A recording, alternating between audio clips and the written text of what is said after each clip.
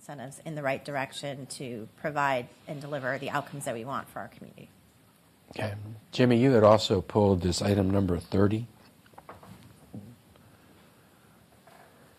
Yes, so, and 30 was, in a similar sense, wanted to understand, there was some public media narrative around what TxDOT had done and who knew what and when, and to kind of understand what TxDOT's responsibility is for their own property compared to this new additional spending that we're going to be taking on.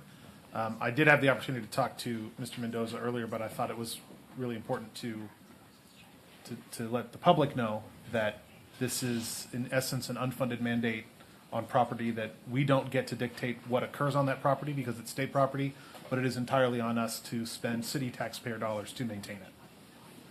So I kind of previewed everything, but Richard, if you would just explain a little bit. Most certainly, Councilmember. Thank you. Richard Mendoza, Director of Public Works. So what this contract is proposing is that we enter into a services contract with Workquest to provide debris management and cleanup services under 61 specific locations underneath underpasses and elevated freeways throughout the city.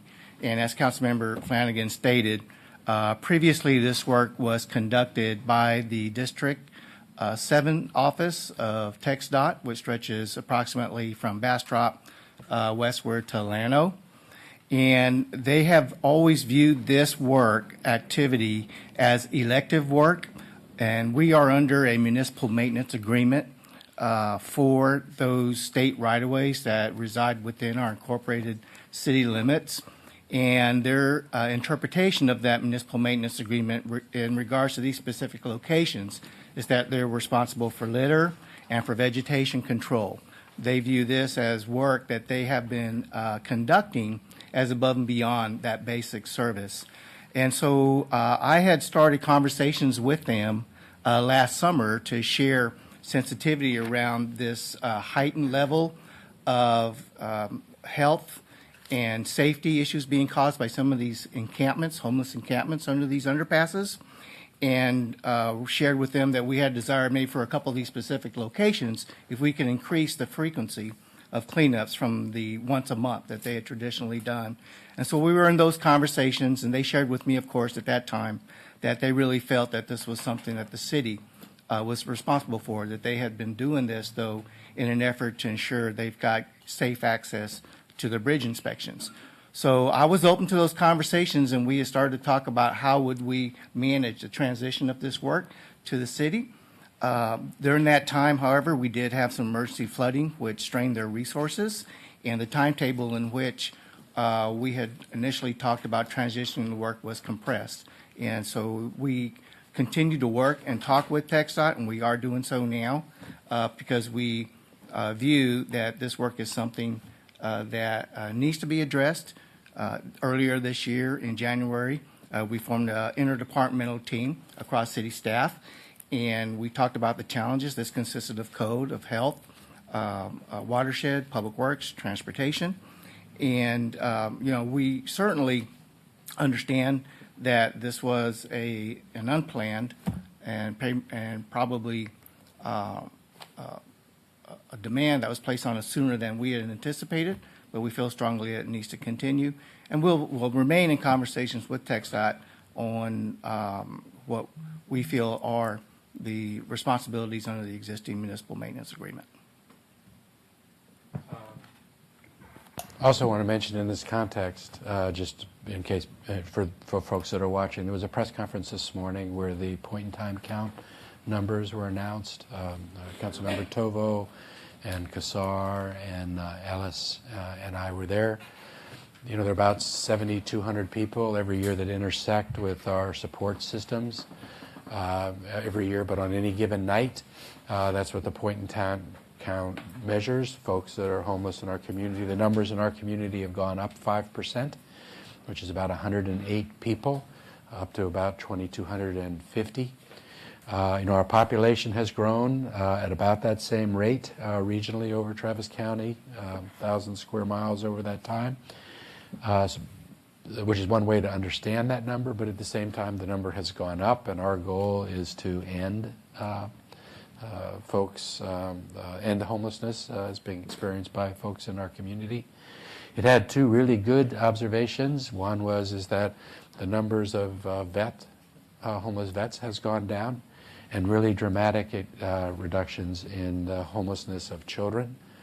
That has been really the focus over the last year. In fact, the number of homeless children 18 to 24 has gone down by 25%. And the number of homeless children who are actually on the streets has gone down by 50% over the last year.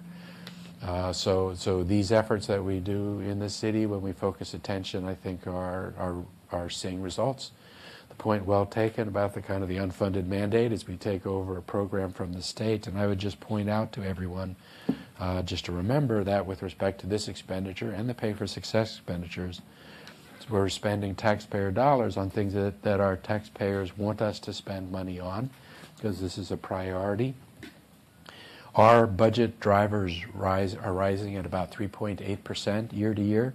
That's our existing budget, no new programs. That's increases in health insurance and wages going up 3.8%. There is an effort up at the legislature to cap property tax revenue, which is the only revenue we have that can increase at greater than what is forecast 2%, because the rest of our revenue is down at that level. But if we get capped at 2.5%, we don't have enough money in our budget to be able to pay our existing cost drivers. So my hope is that the legislature does not enforce that kind of cap, because it's going to mean that we have to prioritize and stop programs that we're doing, even if we don't add programs like this. But if we want to add programs like this, then that means that there's even more cuts and difficult choices we're going to have to ultimately make. It's working its way through the legislature now. My hope is that if we have any kind of caps or caps at that level, that there are exclusions for things that are shared community values with the state, shared state priorities, like public safety. What happened outside the cap, I think, would be appropriate. Roads, that kind of stuff, and maybe this kind of expenditure as well. But at the very least, excluding things so that there's enough money within that cap to be able for us to fund what our community wants us to do with homelessness, including this program. Let me go to Jimmy and then Pio. So just to be clear, Mayor, I don't consider this as us adding a program. This is state property that the state does not allow us to dictate, because it's state property. In fact, the city doesn't even have a majority of the votes on Campo, where state road decisions are made and funded. Yet we are going to be bearing the full cost of maintenance on these lands. So I don't see this as adding a program. I see this as the state saying, hey, you do it. It's our land. You can't do anything else. You can't build small, tiny homes under the overpasses. You can't do a little police substation. You can't do a homeless neighborhood center. You can't do anything on that land, and you have to pay to maintain it. So I don't see this as adding a program. I just wanted to add that. Mayor, and I just, better to say adding a cost than adding a program.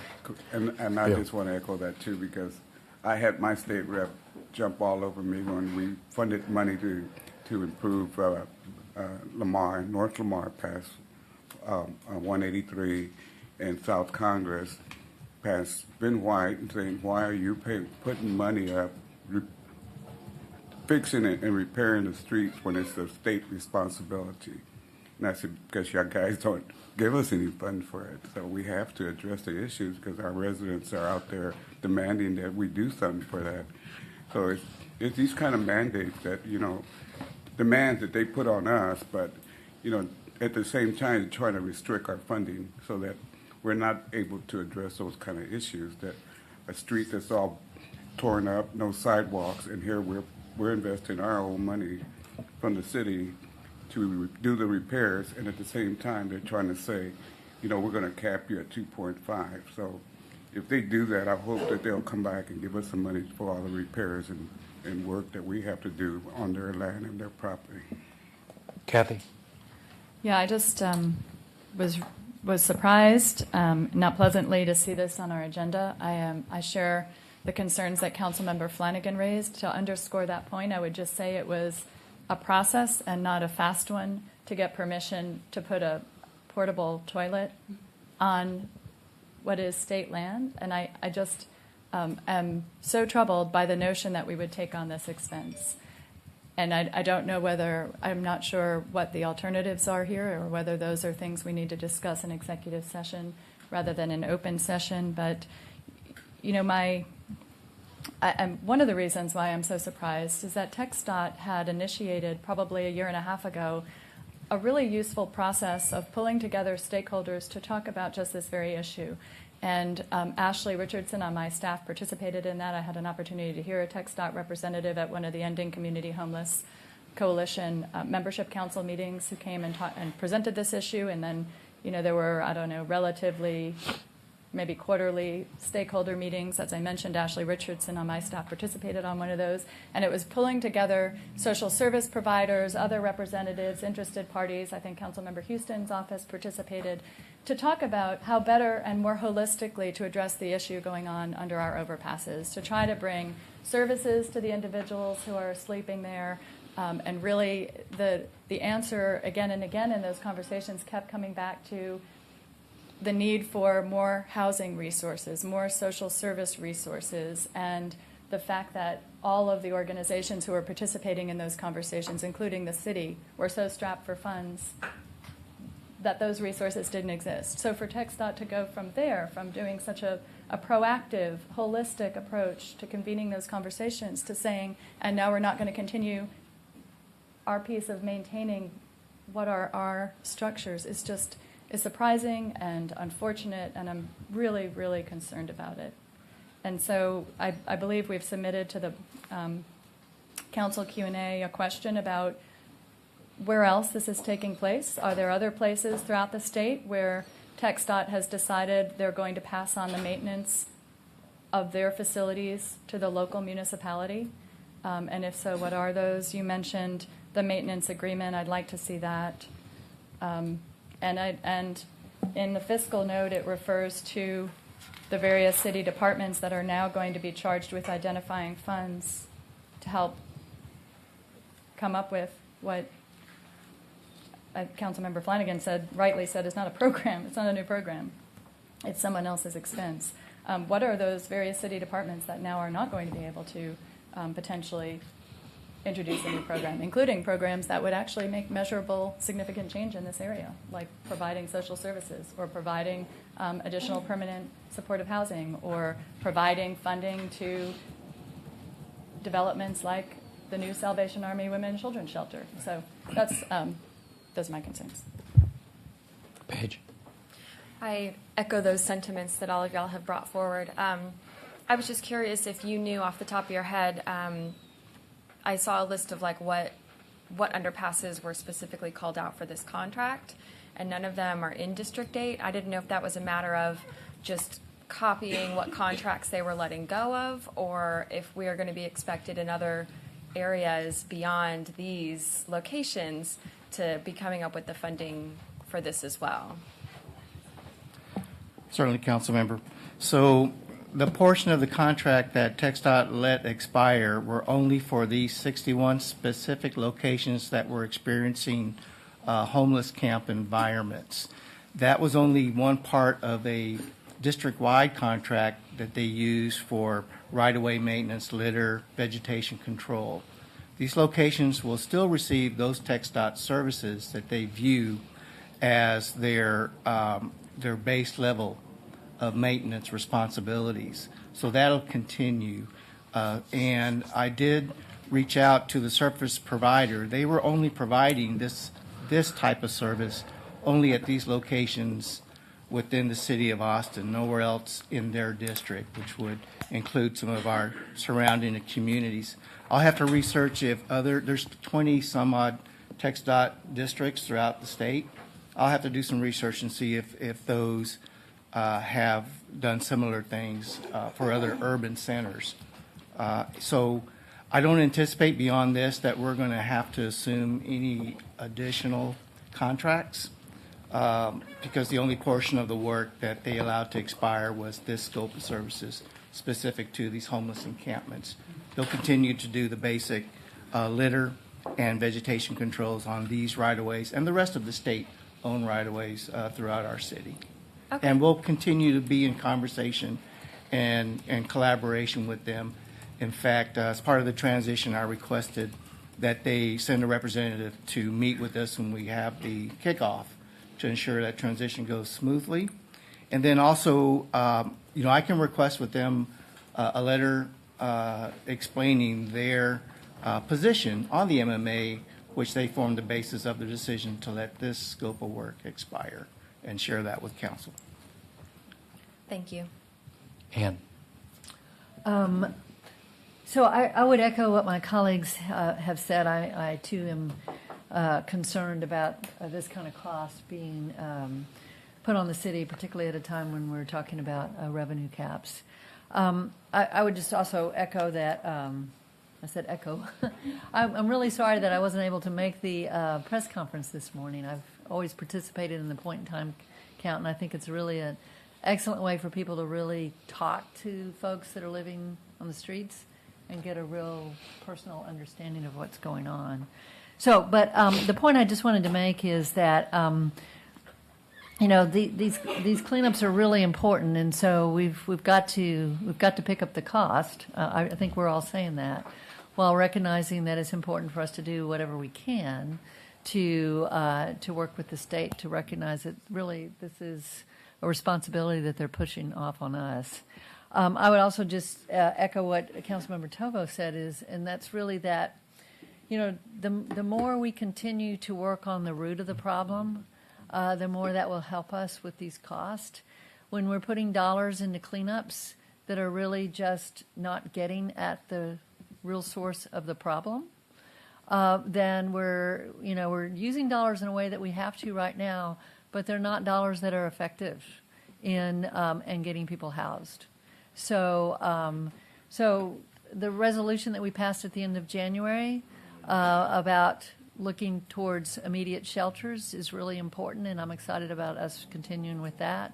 So those kind of programs and the other programs that we've been working on, and prevention is really where we need to focus, and that's really the best use of our dollars.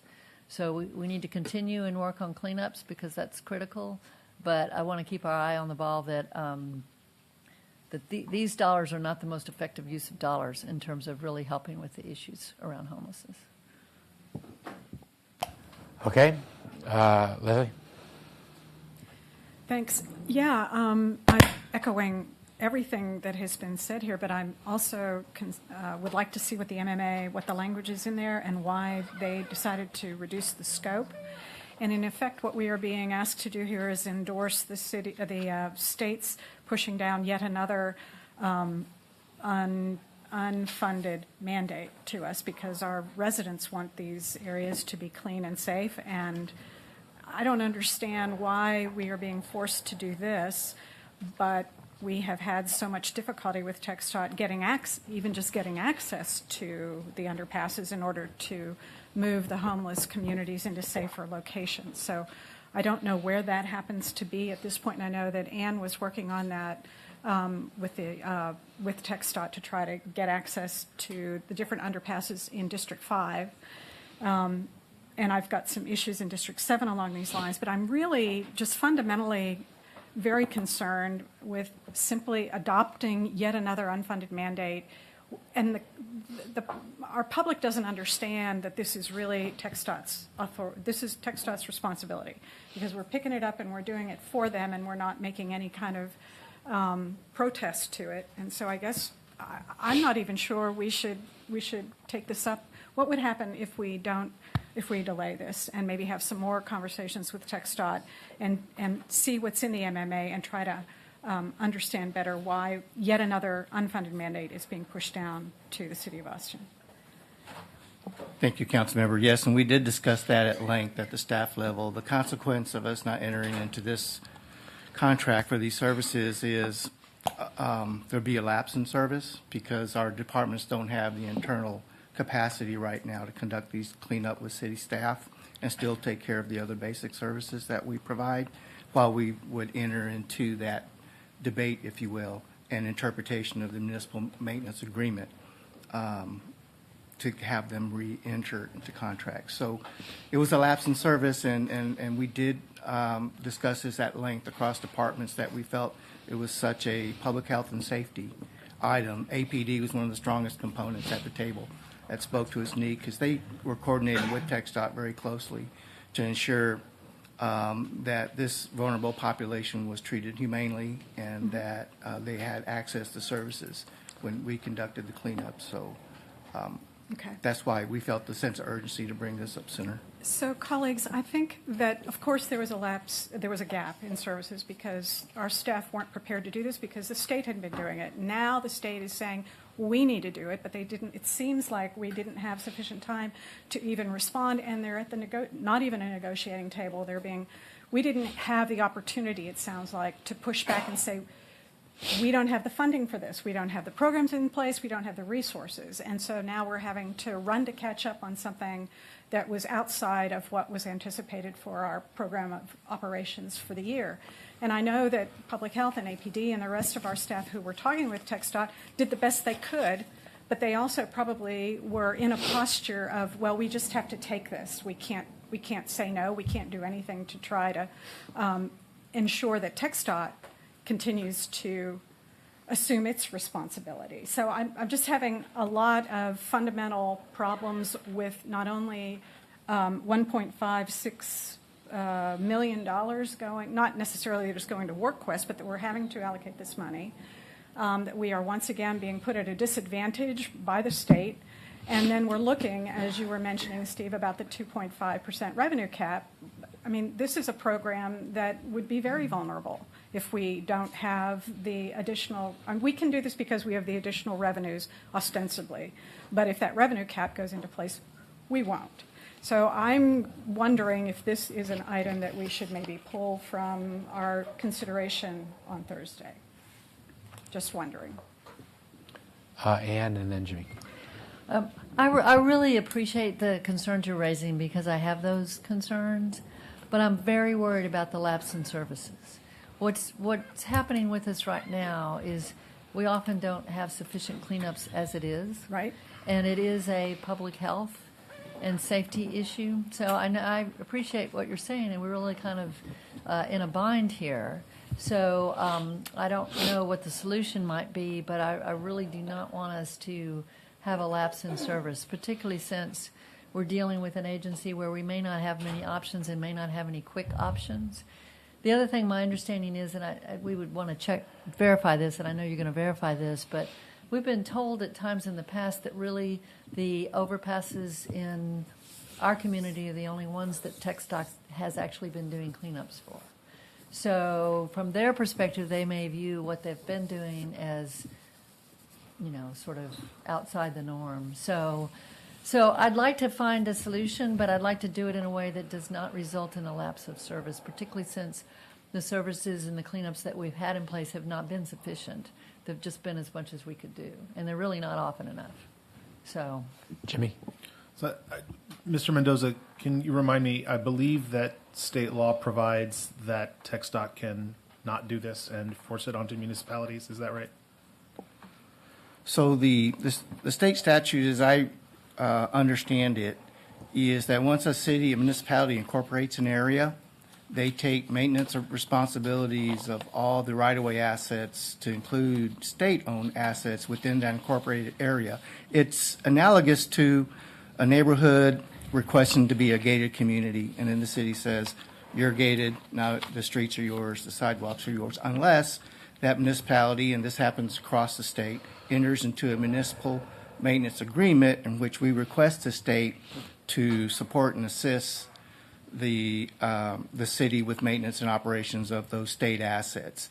And we've been entered into that municipal maintenance agreement since 1986. I've been here 2 years. I suspect why we've not updated this, because my experience in other cities is every time it's updated, it resolves in more workload on the city and less on the state. But that's the way the state statute is written, as my understanding. Thank you. And so I think, Councilmember Kitchen, I think you kind of nailed this, and Councilmember Poole, I think we're all emotionally in agreement.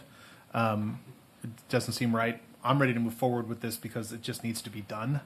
But I think it's a good conversation for us to introduce at the Campo level, because we're certainly not the only municipality in the region that is finding ourselves taxing our local jurisdictions in order to maintain public right-of-ways. And in fact, I would argue that some of our smaller jurisdictions have a greater proportional pain, because you think of a city like Cedar Park where they built 183A, so the RMA has a role to play in this conversation too. A large part of their fairly small jurisdiction is TxDOT right-of-way, and so it might even represent a larger proportion of their budget impact than it even does on us. So that's a conversation I'd like to bring up at the regional level. I also have, as we all do, get emails from folks in the community concerned about what they see under overpasses. Because my district touches Cedar Park and Round Rock, I also hear that from constituents in Cedar Park and Round Rock. So I think it's a good conversation to have at that level. And because of the state law provision, I think it's also something that we need to talk about with our state delegations and look at the Texas Municipal League and other folks to say, does that even make sense as a rule?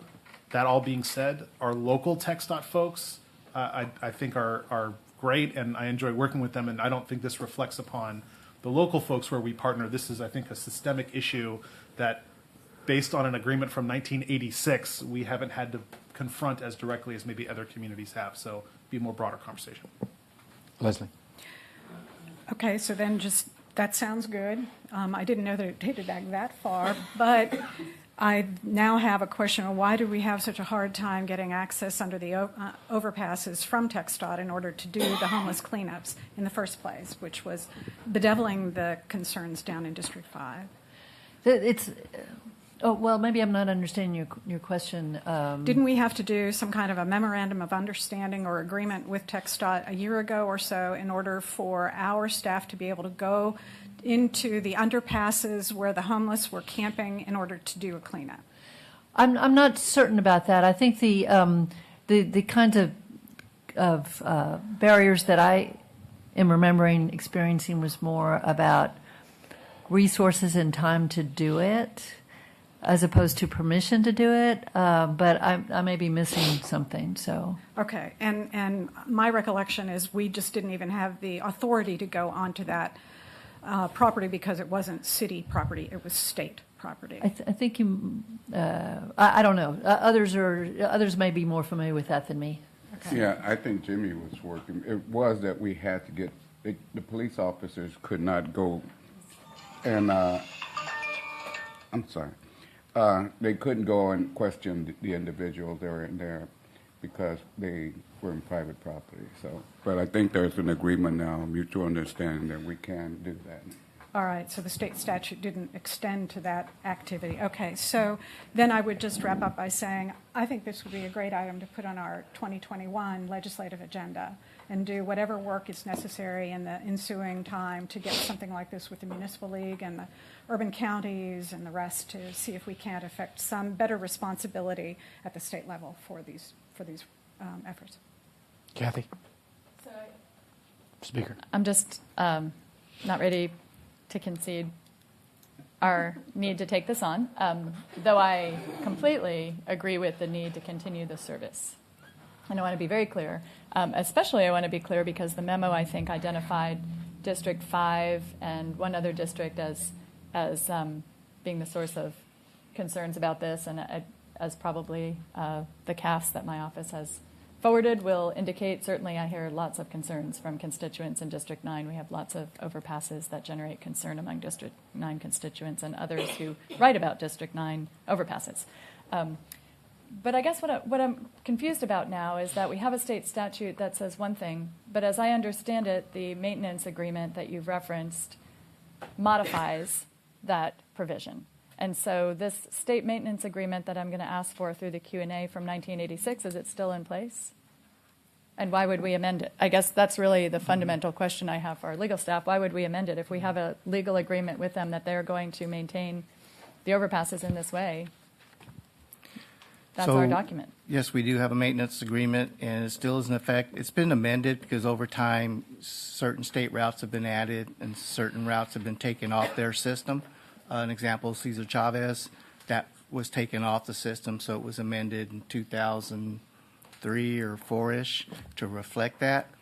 but the specific terms in terms of who's responsible for what specific maintenance activities, street sweeping, pavement repairs, lane striping, crosswalks, litter control, vegetation, those have been in place since that time.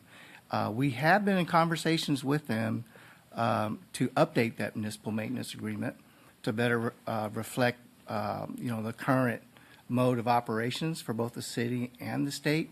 But this crosses multiple departments, and I have been working with my colleagues to develop a matrix of responsibilities by state asset, which we're comfortable and we would propose going back to them to update. But yes, that maintenance agreement is in place that allows TxDOT to come and perform, believe it or not, maintenance and repair and spend money on their own assets. So that's why we have it in place. I have some more questions, but I'll leave it for now and address them outside. Thanks. Brings item number 30. This is the cleanup under the TxDOT items. There's a motion item in front of us. Does someone want to move passage of item number 30? Mr. Flanagan makes the motion. Is there a second to the motion? Councilmember Kitchen seconds it. Any discussion on this? Councilmember Tovo. Mayor, I'd like to amend it to say that the optional contract, or to require that the optional contract extensions may only be granted with council approval. Okay. Is there any objection to that amendment being added? Hearing none, the amendment's added. Can I say a few words on that front? Yes. And just a few, because we had an opportunity to talk about it on Tuesday. I really encourage the city manager and his staff to continue to talk with TxDOT about a more shared partnership under there. I'm glad that they're going to continue to maintain the underpasses to some level, but I believe it does, as I indicated on Tuesday, really concern me to see us taking on this expense when we have such scarce resources and so many needs, especially when it comes to really meeting the needs of individuals in our community who are experiencing homelessness. In addition, I hope that we can talk with TxDOT about how we might also negotiate what happens under those underpasses in a more collaborative manner. I think we've, in the past, and I cited on Tuesday, the long process that was required to get permission to have a temporary restroom, for example. And so in trying to have different things happen on those underpasses, it's been occasionally a long process with TxDOT, and I hope that as part of our moving forward in working with them, both on this particular issue as well as others, that we can come up with some different strategies. Okay. It's been moved and seconded with the amendment added. Mayor. You ready to take a vote? Mr. Flanagan? So I just want to thank Councilmember Tovo. We had great conversation on Tuesday about this item, and just to note, the conversation we had this morning about the legislature's contemplations on property tax caps, not only is this an unfunded mandate, but it also, TxDOT properties represent undevelopable land where we might be able to do more growth. And one of the things the legislature says is 2.5 is fine because you get growth for free, is one of the things I heard a legislator say. Except when TxDOT comes in and takes all of the land I can't now get growth on. And so it's a double, triple, quadruple whammy that we get down from the state in that way. Yes, Councilmember Kitchen. Yes, I think it'll be interesting to explore with TxDOT how we can partner on some innovative ideas for how the city might work with spaces under overpasses, for example. Sounds good. And I just want to remark too that I think that TxDOT is, based on all the indication I've gotten from Terry McCoy, who's the local district guy, that he's open to having in fact, he said in his letter, continuing conversation about a joint use agreement. And I think it's a good time to raise these issues. And I'll just also say that we're fortunate to have Terry McCoy in the position he's in because he's such an advocate for our city. And there's a lot of things that we can do together with TxDOT. Okay, we have a motion and a second. Those in favor of this item, please raise your hand. Those opposed? It's unanimous on the dais with council members Alter and Renteria off.